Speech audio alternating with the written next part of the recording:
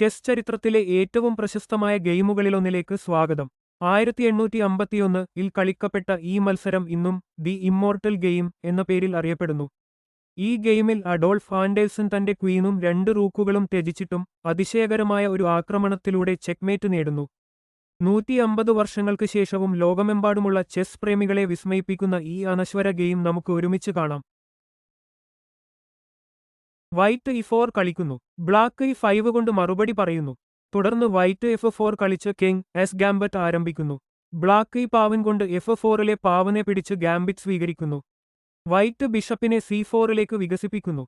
ഉടൻ തന്നെ black Queen h4ലേക്ക് എത്തി രാജാവിന് ചെക്ക് നൽകുന്നു. വൈറ്റ് രാജാവിനെ f1ലേക്ക് മാറ്റി ചെക്കിൽ നിന്ന് രക്ഷപ്പെടുന്നു. തുടർന്ന് ബ്ലാക്ക് b5 കളിച്ച് ബിഷപ്പിനെ ആക്രമിക്കുന്നു. പക്ഷേ വൈറ്റ് പിന്മാറുന്നില്ല. ബിഷപ്പ് b5ലെ പാവനെ പിടിച്ച് ആക്രമണം തുടരുന്നു. ബ്ലാക്ക് നൈറ്റിനെ f6ലേക്ക് വികസിപ്പിക്കുന്നു. വൈറ്റ് നൈറ്റിനെ f3ലേക്ക് കൊണ്ടുവന്ന് കേന്ദ്രത്തെ നിയന്ത്രിക്കുന്നു.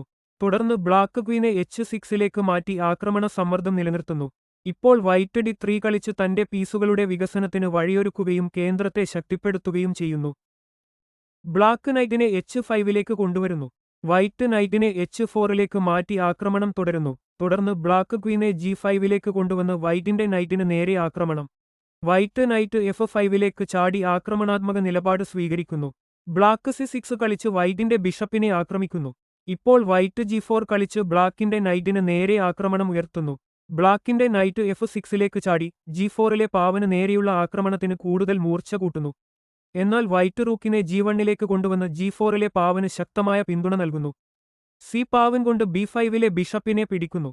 h4 ക്വീനിന് നേരെ ആക്രമണം. ക്വീൻ g6 h5 വീണ്ടും ക്വീൻ ആക്രമണത്തിൽ ക്വീൻ g5ലേക്ക് മാറുന്നു. വൈറ്റ് ക്വീനെ f3ലേക്ക് കൊണ്ടുവന്ന് ആക്രമണം ശക്തമാക്കുന്നു. പ്രതിരോധത്തിനായി ബ്ലാക്ക് നൈറ്റിനെ g8ലേക്ക് പിൻവലിക്കുന്നു. ഇപ്പോൾ വൈറ്റ് ബിഷപ്പ് കൊണ്ട് f4ലെ പാവനെ പിടിക്കുന്നു. ഈ നീക്കത്തിലൂടെ ബ്ലാക്കിന്റെ ക്വീനിനും നേരിട്ട് ആക്രമണം ഉയരുന്നു. ക്വീൻ f6ലേക്ക് മാറുന്നു. തുടർന്ന് വൈറ്റ് നൈറ്റിനെ c3ലേക്ക് വികസിപ്പിച്ച് കൂടുതൽ പീസുകളെ ആക്രമണത്തിലേക്ക് കൊണ്ടുവരുന്നു. ബ്ലാക്ക് ബിഷപ്പിനെ c5ലേക്ക് വികസിപ്പിക്കുന്നു. ഇപ്പോൾ വൈറ്റ് നൈറ്റ് d5ലേക്ക് ചാടി ബ്ലാക്കിന്റെ ക്വീനിന് നേരെ ആക്രമണം ഉയർത്തുന്നു. ആക്രമണത്തിൽ നിന്ന് രക്ഷപ്പെടാൻ ബ്ലാക്ക് ക്വീൻ b2ലെ പാവനെ പിടിക്കുന്നു. തുടർന്ന് വൈറ്റ് ബിഷപ്പിനെ d6ലേക്ക് കൊണ്ടുവന്ന് ആക്രമണം ശക്തമാക്കുന്നു. ബ്ലാക്കിന്റെ ബിഷപ്പ് g1ലെ റൂക്കിനെ പിടിക്കുന്നു. എന്നാൽ വൈറ്റ് e5 കളിച്ച് കേന്ദ്രം തുറക്കുകയും ആക്രമണത്തിന് കൂടുതൽ കരുത്ത് നൽകുകയും ചെയ്യുന്നു. ബ്ലാക്ക് ക്വീനെ 1ലെ റൂക്കിനെ പിടിക്കുന്നു. വൈറ്റ് രാജാവിനെ e2ലേക്ക് മാറ്റി സുരക്ഷിതമാക്കുന്നു. തുടർന്ന് ബ്ലാക്ക് നൈറ്റിനെ a6ലേക്ക് വികസിപ്പിക്കുന്നു.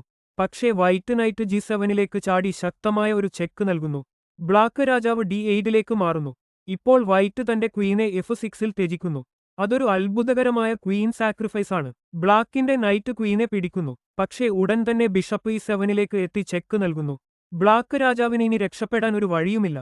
അതോടെ ഇത് ഒരു മനോഹരമായ ചെക്ക്മേറ്റായി മാറുന്നു. 1851-ൽ അഡോൾഫ് ആൻഡേഴ്സൺ കളിച്ച ഈ ഇമ്മോർട്ടൽ ഗെയിം ഇന്നും ചെസ് ചരിത്രത്തിലെ ഏറ്റവും മികച്ച ആക്രമണാത്മക ഗെയിമുകളിൽ ഒന്നായി കണക്കാക്കപ്പെടുന്നു.